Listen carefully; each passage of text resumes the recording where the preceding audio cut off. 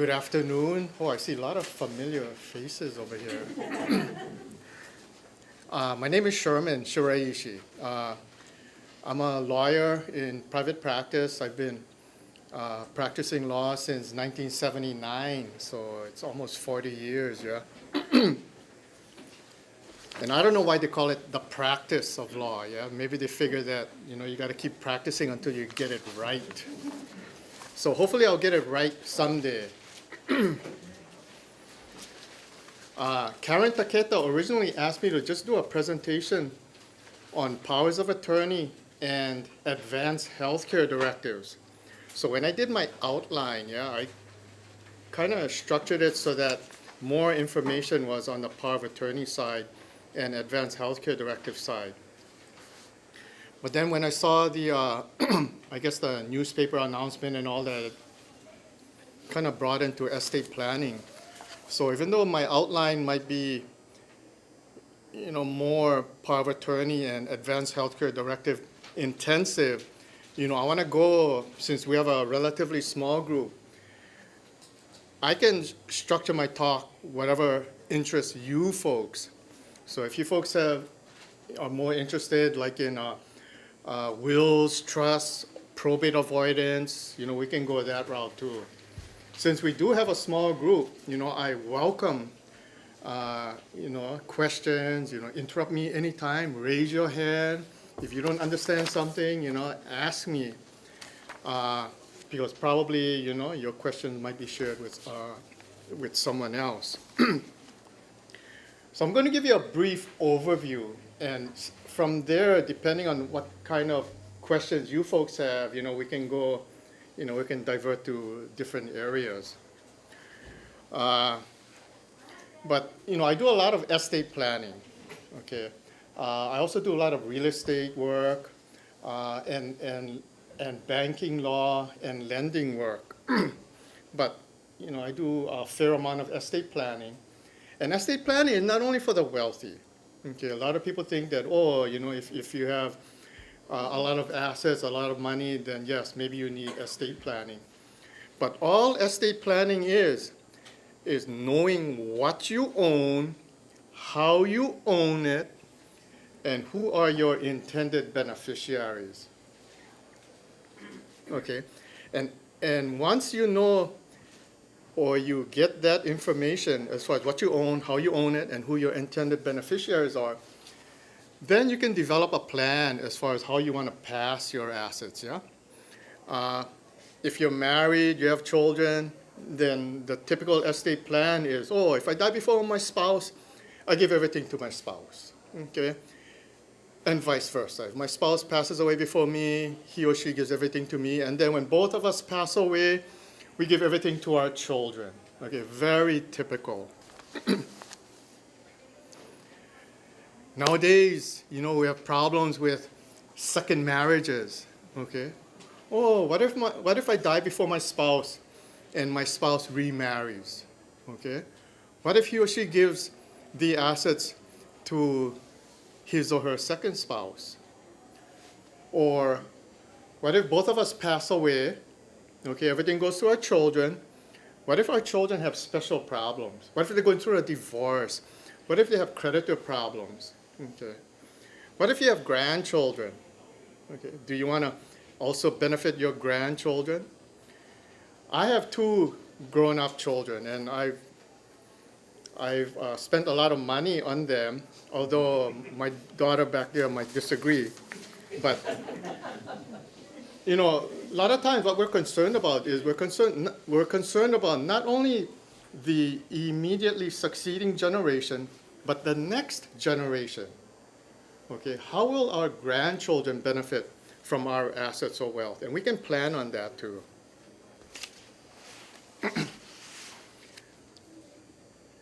Everybody should have an understanding on how you own your property.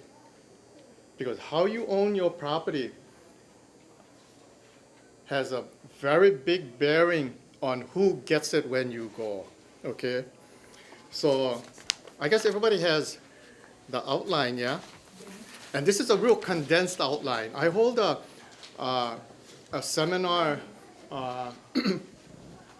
for the county and state workers when they retire. And my outline for that seminar is really way more comprehensive, but I get more time for my presentation too. But so I really condensed this. But if you take a look at the outline at the bottom of page 1, there are different types of ownership in property. And what I stress to my clients is how you own title to your assets is real important. Okay, because even though you might have a will or a trust, and your will or your trust might say, when you pass away, you give your assets to so-and-so, or to the church, or to the Humane Society, or whatever. But depending on how you hold title to your assets, that may take precedence over what you have in your will, okay? Let's turn to page 2 of the outline. And these are some common or typical ways of owning property. So at the top of page 2, we have a tenant in severalty. And this is sole ownership. And it might seem confusing because when you look at tenant in severalty, it seems to imply that there are several people, yeah? But a tenant in severalty is ownership severed from anybody else. So you own it by yourself, okay? And then B is tenants in common. Tenants in common is like a hui, yeah? Where an example is you own a rental property, and then you and your friend, maybe you buy it for investment or income purposes. And then you but you may hold it as tenants in common because it's a real simple way of holding ownership. And you can specify the percentage, yeah? So if you and I go into partnership or co-ownership and we buy property in Lihui and we want to rent it out, we can hold it equally, yeah? 50-50, or maybe you have a bigger percentage, 60%, I own it 40%. Okay, and then when we collect the rent, you get the 60%, I get the 40%. So that's tenants in common. When you pass away, your 60% or whatever percent you own goes according to what your will says. Or if you don't have a will, then maybe by how the laws of the state of Hawaii says. If I pass away, my 40% goes according to my will or my trust. Okay. So we can deal separately with your undivided interest, yeah? Your 60%, my 40%. Okay, C is joint tenancy. And joint tenancy, a distinguishing feature of a joint tenancy is the right of survivorship. And the right of survivorship is last man standing owns it all. Okay, so if you and I own property as joint tenants, if I pass away before you, you automatically own my interest. Even if I have a will that says I give everything to my wife, okay, because I hold it jointly with you, that takes precedence over and above my will. So how you own ownership to your assets is real important. Okay, we're going to talk a little bit about wills and what it controls. Your will controls only assets that you hold in your sole name, tenants in severalty, or as tenants in common. Joint tenancy, because of the right of survivorship, it goes automatically to the surviving co-owner. So a typical joint tenancy is parent and child, okay? I could hold my house jointly with my children, and then because I'm older than them, the likelihood is that I'll pass away before them, okay? So when I pass away, they'll automatically own it, without the necessity of going through probate. So even if I have a will that says I give it to my wife or whatever, if I hold it jointly with my kids, it goes to my kids. Okay, in D, we have tenants by the entirety. And tenants by the entirety is a form of co-ownership that can be held only between spouses and reciprocal beneficiaries. Okay, and when you hold assets as tenants by the entirety, you have the right of survivorship. And a lot of husbands and wives hold their assets as tenants by the entirety. For example, I own my house as tenants by the entirety with my wife. If I pass away before her, she owns it automatically, even if I have a will or trust that says it goes to my kids.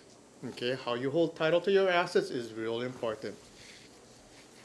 If my wife passes away before me, I automatically own it, okay?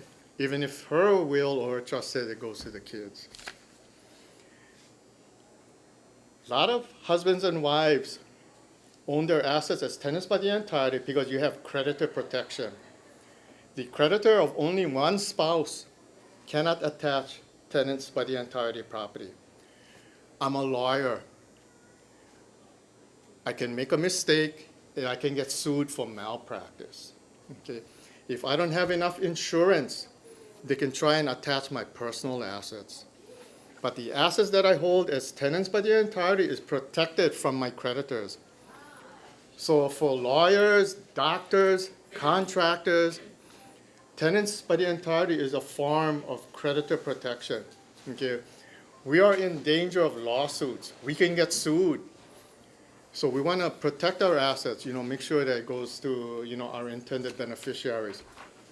So for a lot of professionals, doctors, lawyers, contractors, people in high-risk jobs who can get sued, we hold our assets as tenants by the entirety.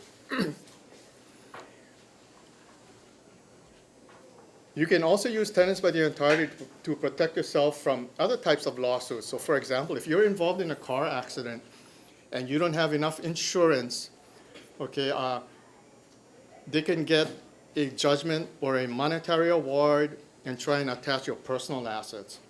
But the assets that you hold as tenants by the entirety with your spouse is protected from the creditors of only one spouse. So that's why a lot of times, like me, when I go in for a loan, okay, and then I sign the loan documents and all that, they'll say, bring in your wife, okay? And that's how they go around, that's how the banks or the creditors get around the tenants by the entirety protection against creditors, yeah? So now my wife is also liable on the loan. But for other types of liabilities or lawsuits and all that, it would only be her or me. Any questions on that? Okay. How you hold title to your assets is really important. Okay, let's talk about probate.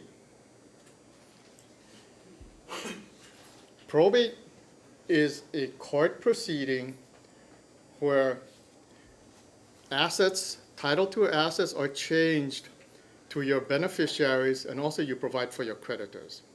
Okay? Only assets that you hold in your sole name or as a tenant in common goes through probate. So how you hold title to your assets is really important, yeah? I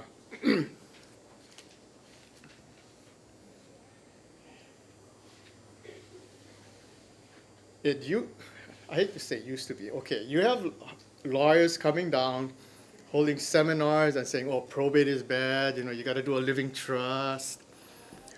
And you got to avoid probate. Okay, probate isn't that bad. Okay, if you're not doing anything out of the ordinary, by out of the ordinary I mean like maybe you're going to disinherit somebody, or maybe you're going to give one child a bigger share than another, or maybe you're going to skip your children and just give everything to charity. Then probate fees can be anywhere between $2,000 to $3,000, okay? If we were to do a living trust, we would charge $4,000 to $6,000, okay, and we would avoid probate, okay? Of course, there's a lot of other stuff involved and all that. But so, when people talk about probate, just be aware that it's not too bad. It used to be that it took a long time, and there were a lot of court hearings and all that. Now there's such a thing called informal probate. And an informal probate does not involve court hearings. And a lot of times we can close it up within 6 to 8 months. Not these, 2, 3, 4, 5 years kind of thing. But an informal probate kind of implies that, yeah, there's no dispute. In other words, we're going to treat all the kids equally. Okay, there's not going to be any hassle. We're not disinheriting anyone, and everybody's going to be treated equally. So depending on what your estate plan is, just keep in mind that probate isn't that bad. And you can avoid probate.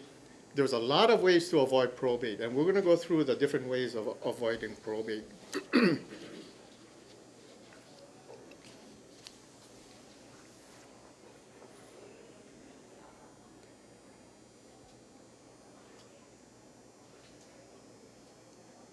One of the ways that you can direct the disposition of your assets is by doing a will.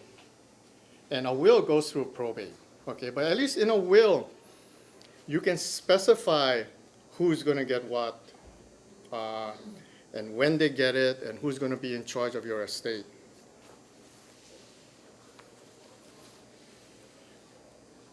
It's not absolutely necessary to get a will, because you could die intestate. Intestate is dying without a will, yeah? And it may go to whoever you want it to in the first place, okay? So for example, I'm married, I have 2 children, I've never been married previously, okay? And my 2 children are the children from this marriage, okay? If I die without a will, the assets in my sole name or that I hold as tenants in common goes to my wife. Okay, she would be my sole heir. If I had children from a prior marriage, or maybe she had children from a prior marriage, then it gets kind of complicated, yeah? Then the laws of the state of Hawaii has a percentage that says, only a certain amount goes to your surviving spouse, some has to go to your children, and it gets really complicated. So if you're in that situation, yes, it might be a good idea to have a will.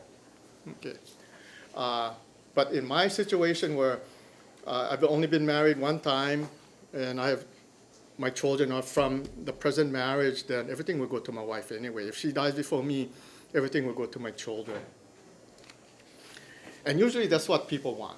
Yeah. So in my case, yeah, maybe I don't need a will, but I still could do a will, just so that I name an executor or a personal representative to name somebody to be in charge of my estate. Otherwise, my children might fight about who's going to be in charge and all that.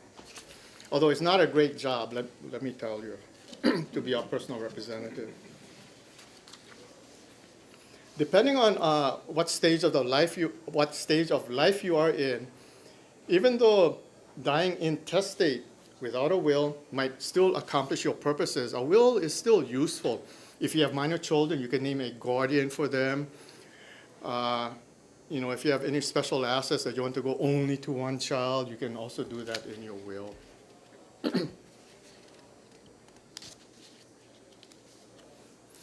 Hawaii is not a common law state, so a lot of people shack up, yeah.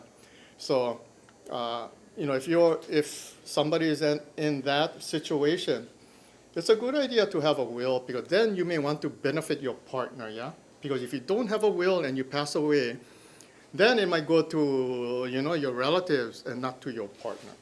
Okay.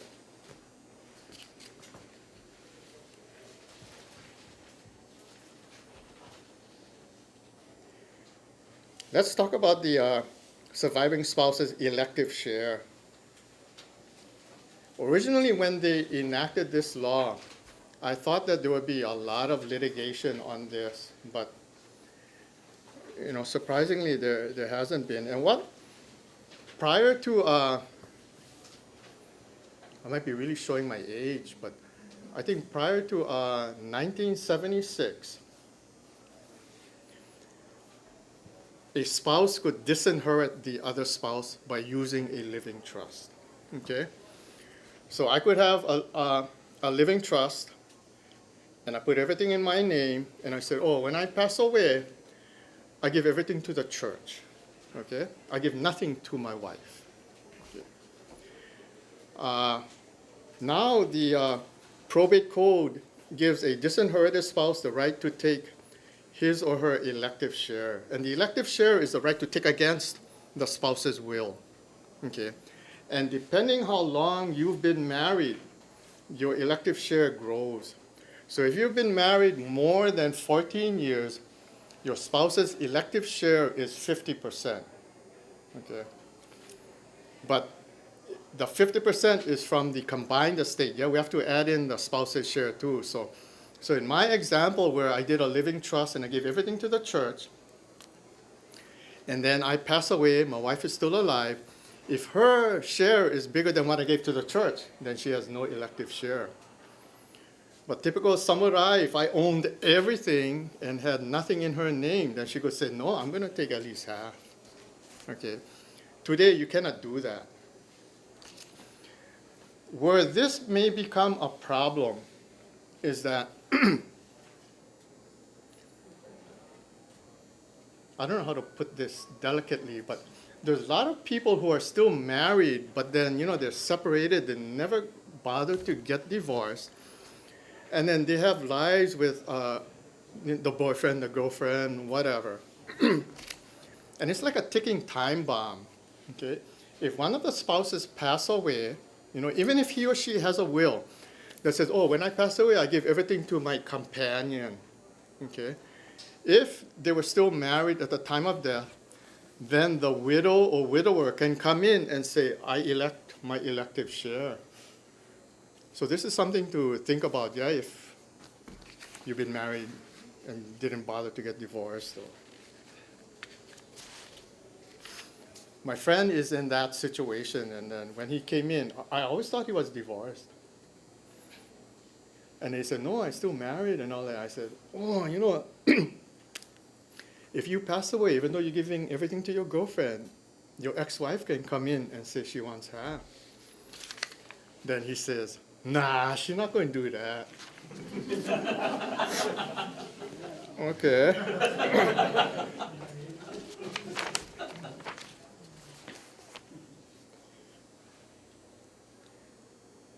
Nowadays, it's not too hard. Well, I don't do family law. I don't do divorces and all that. But it's not that hard to get a divorce. It's no fault and all that.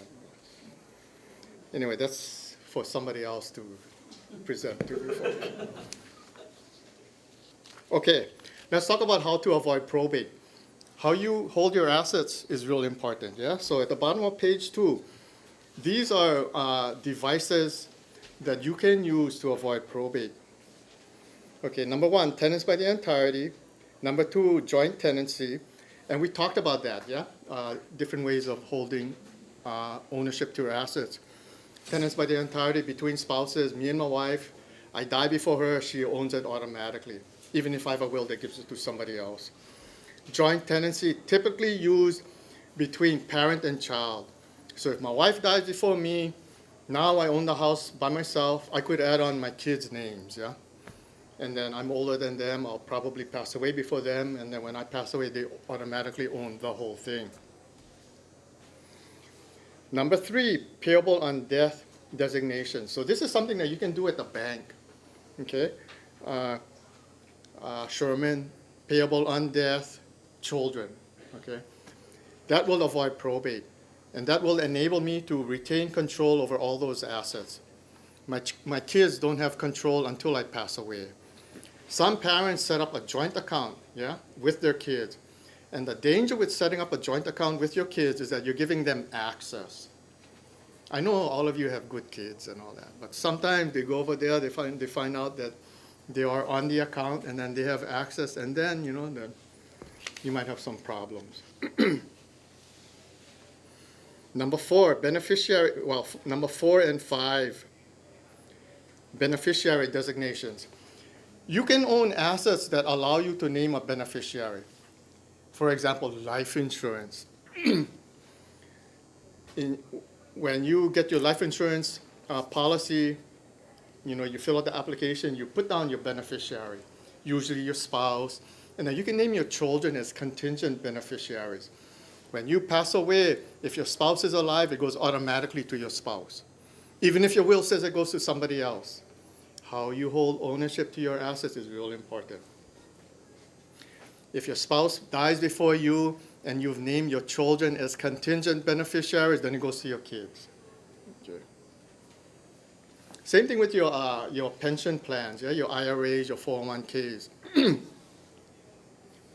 For your 401k plans, under federal law, you got to name your spouse if you're married, yeah? If you want to name somebody else other than your spouse has to sign off, yeah? Yeah, so try to ask your wife, oh, can you sign this, honey?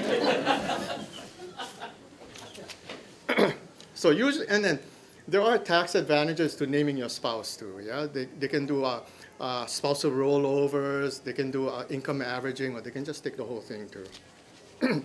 So usually we do name the spouses as beneficiaries on the 401k and the IRAs also. Okay, number 6, revocable transfer on death deeds. This is a new device, okay, a new technique to avoid probate that just came, the legislature passed this law about 3 years ago. Previously, what we used to do was when we wanted to avoid probate on real estate, we used to do life estates or joint ownership. Okay, we used to add the kids' names on, yeah? So that when parent passed away, it went to the kids. Or life estate, parents own it during their lifetime, and then when they pass away, it goes to the kids. The problem with those types of transfers or deeds is that it's irrevocable, okay? You know, I've been doing this almost 40 years. And for a small percentage of my clients that we've done these joint tenancy deeds, we add the kids' names on, or sometimes where we just give it to them outright. At the time that we did it, it was a harmonious family. Yeah, everybody's happy and all that. Now, some clients are coming back and say, oh, Mr. Shiraishi, I made a mistake. Okay. My son married so-and-so, or my son passed away and then now he gave it to my daughter-in-law. Or now, he talks sassy to me, and, I want to get the property back. Okay. So now what we're doing is that we're doing this revocable transfer and death deeds, a way to avoid probate. We're doing these deeds, adding on the kids' names, and the good thing about it is that if you change your mind, you can change the revocable transfer and death deed, and you don't even have to let your kids know, okay? So you can still tell them, you be nice to mom and dad, otherwise you don't get anything. That's the golden rule. Always remember the golden rule. He who has the gold rules, okay? The problem with a lot of our planning techniques in the past is that it involved outright transfers. Once you do an outright and then we used to do the outright transfers for to save on estate taxes, inheritance taxes, and sometimes to qualify for Medicaid, long-term care assistance. So we used to do these outright transfers. Once you make an outright transfer, you lose control over that asset. Yeah? You tell your kids, give me back. And they say, no, I don't need to give them back. A lot of times, it's not your kids. It's your daughter-in-law or your son-in-law. If my parents tell me to do something, I'm going to listen to them. If my wife tells me to do something, I'm going to listen to her. Because I live with my wife and I don't live with my parents, okay? So it's a matter of, family dynamics and all that. So revocable transfer and death deeds, I really like it as a real efficient, cheap way to avoid probate in place of a living trust. Okay, so number 7 is trust, yeah? Trust is like the Cadillac way of avoiding probate. And a trust can still, okay. Not everyone needs a trust. If you have a good, harmonious family, your kids are all mature, good jobs, stable marriages, responsible, then maybe you don't mind when you pass away, you just give it to them outright. Okay? On the other hand, if you're concerned about your kids or your grandkids, Maybe they have a gambling problem, alcohol problem, drug problem. Maybe they have creditors out there. Maybe they're just irresponsible. Then you might want to consider a trust. Yeah.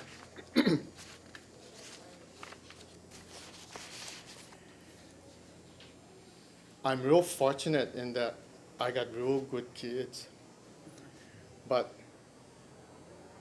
I don't want to give it to them outright, okay? Because I don't want them to become trust fund babies. Yeah, I don't want them to get assets and say, oh, you know, I don't need work anymore. I don't buy a car. Maybe I'll go take a vacation. I want them to still continue to work, be productive, but you know, on the other hand, still rely on my wife's and my assets to take care of emergencies and also to take care of our grandchildren. I'm Ojiji now. I'm grandpa, you know. And I worry about the high cost of college education. So even though my children are real mature, responsible, and you know, I got no problems with them, I'm still doing a trust because I want to provide for their benefit and also for my grandchildren's benefit. Yeah. So the trust that I created is for the benefit of my children and grandchildren for their health, education, maintenance, and support. Okay, those are the four guidelines or criteria. If they want to buy a car, they use their own money. If they like go vacation, they use their own money. If they lost their job or they have high medical bills, then yes, the trust will take care of that. Okay. When my grandchildren become of college age, if they need college funds and their parents cannot provide that for them, then they can take it out of the trust. Okay. But for other stuff, they use their own money. So you can use a trust for that purpose too.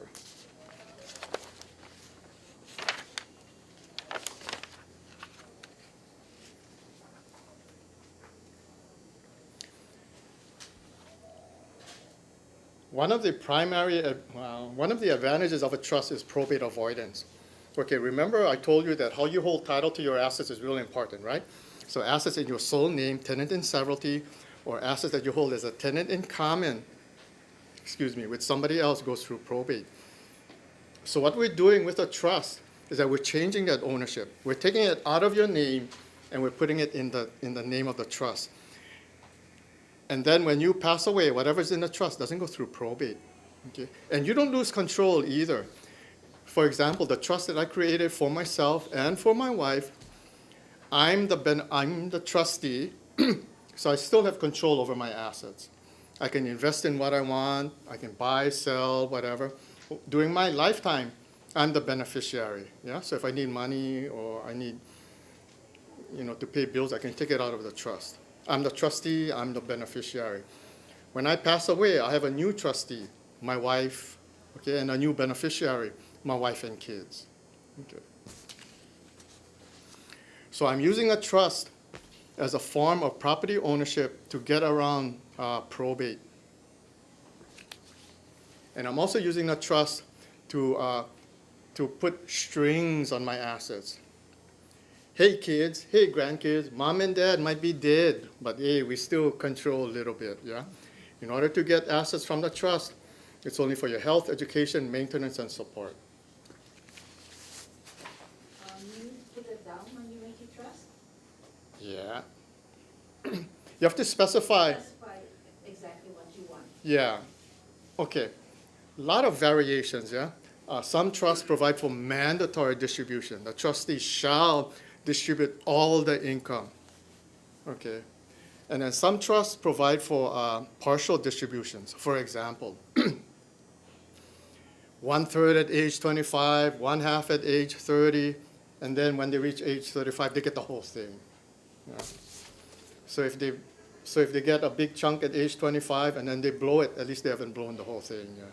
Okay, what if you made a trust and now somewhere along the line you want to change something and we go back to you?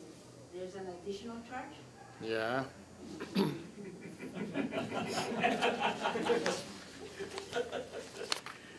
When we go through the interview, we try and anticipate all different situations, yeah? So when we go through the client interview, we ask about your family, whether there's any child with disabilities, any child with special problems, what's your philosophy and all that. Some clients, they just say, hey, I get good kids, I trust them, I just give it to them outright, okay? Other clients, they might have a disabled child, and then maybe they don't want to disqualify that child from receiving governmental benefits, yeah, like SSI, Medicaid. So we do a different type of trust for them that will cover only supplemental needs, because we're going to rely on government to cover their primary needs, and we use the trust to cover supplemental needs, yeah. Because if we were to give an outright gift to a disabled child who is entitled to welfare or SSI or Medicaid or MedQuest, we're going to disqualify that beneficiary. The government is going to tell you, hey, you use up your own assets first before you come in to apply. So we can do trust that will benefit the beneficiary without disqualifying him or her from governmental benefits. So it can be real useful. We do incentive trust, yeah? I did one that was real creative. The parents came in and said, no distributions to my son. He has to bring in a W-2 form every year, and then you guys match that. And a W-2 form shows that he's been working. Okay, if he doesn't bring in a W-2 form, no distributions. Huh? So you're forcing him to work. Some parents have children with substance abuse problems or gambling problems, and they're worried about assets being dissipated. So we can provide for that too. Some parents are concerned about divorce. It used to be that one half of all marriages ended up in divorce, and they were concerned about, assets going to my child. He or she gets divorced, and then whatever I gave him or her might be subject to a claim by the spouse. So you can do a creditor protection trust, yeah? So like for me and my wife, I set up a trust for our kids. Even though we're dead, we still own it. My kids don't own it. So if they go through a divorce, they don't have to list the assets in the trust as a marital asset. And my trust specifically says no distributions during a pending divorce, okay? Put in stuff like that.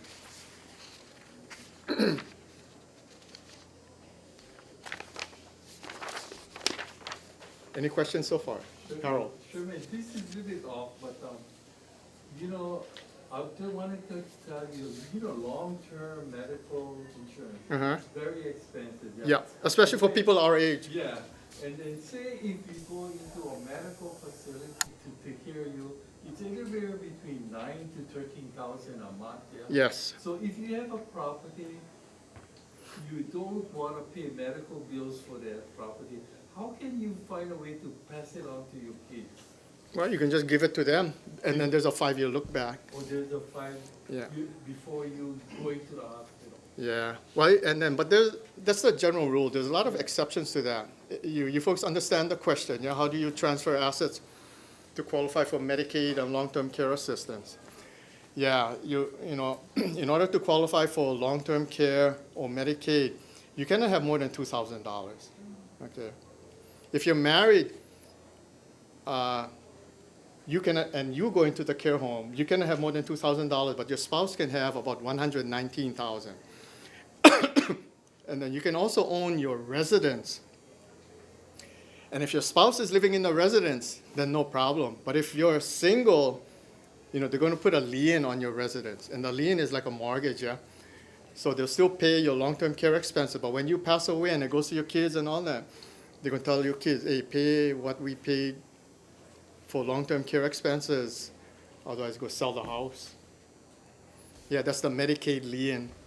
Even if it's in a trust, all your assets? The trust won't protect it from Medicaid. Okay. A revocable living trust is the most common type of trust, yeah? It avoids probate, and then you can change it at any time. And it's like your alter ego, okay? Your alter ego is Bruce Wayne is Batman, yeah? Same person, yeah? So your trust is your alter ego. It's the same person. And in fact, if you put assets in the trust and you apply for Medicaid benefits, they're going to tell you take it out. Because the state, they're so archaic, they don't know what they're doing. They're saying, take it out so it's only in your name and we're going to put a lien on it. But I don't know why they cannot put a lien on it when it's still in the trust. I cannot figure that out.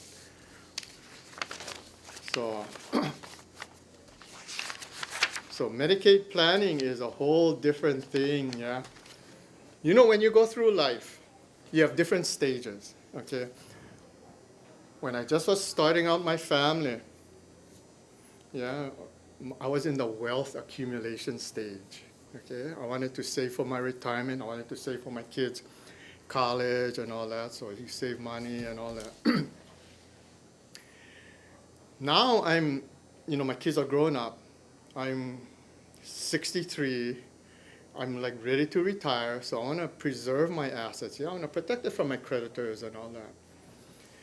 Later on, maybe when I'm in my 70s, I'm going to think about, long-term care. And that's a whole different type of planning. And long-term care planning, you can buy long-term care insurance. But at my age, Harold, at your age, you older than me, probably it's real expensive. Yeah? I mean, I should have gotten it 10 years ago, but they're too late already. So then I might try and qualify for governmental assistance, Medicaid. And Medicaid is totally different planning because that instead of accumulating wealth, now we've got to think about giving it away, yeah? And that violates the golden rule. Once you give away, you lose control over all your assets. Your kids have no reason to be nice to you anymore. With condition. I'm doing a trust right now where in recognition of the problems that some of my clients have with the kids turning rogue, yeah, that we're not giving it to them outright anymore. We're giving it to them in trust, okay? But we're making them be their own trustee. But I'm still attaching a string to the property, and that string is the power in the parents to reallocate shares.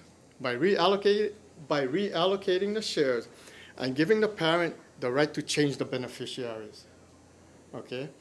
But the parent cannot name themselves as beneficiaries. Yeah, that's bad. They can name anybody else except themselves. And so that is like leverage on the kids. Say, hey, yeah, even though you think you own it, Mom and Dad has a right to change it, okay, for what it's worth. Start doing for the kids. Huh? Start doing for the kids. Yeah. Somewhere.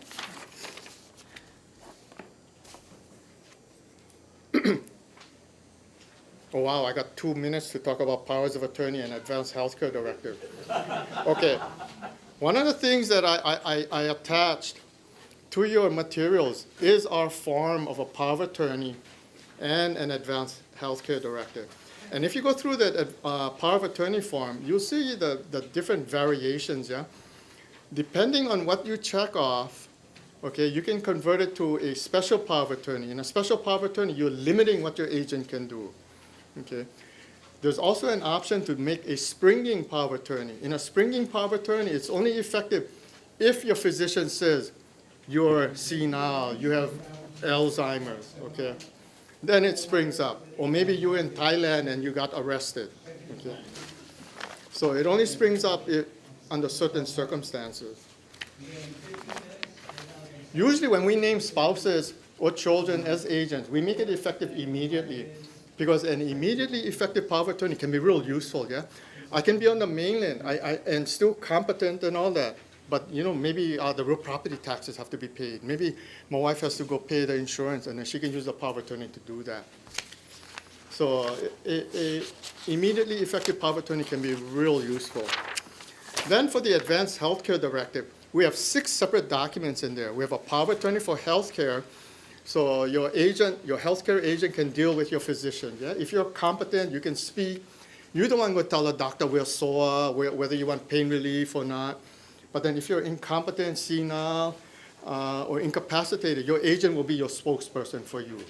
Then we have a living will section that says that if you have an incurable or terminal illness or condition, and if life support would only postpone the moment of your death, then you don't want life support.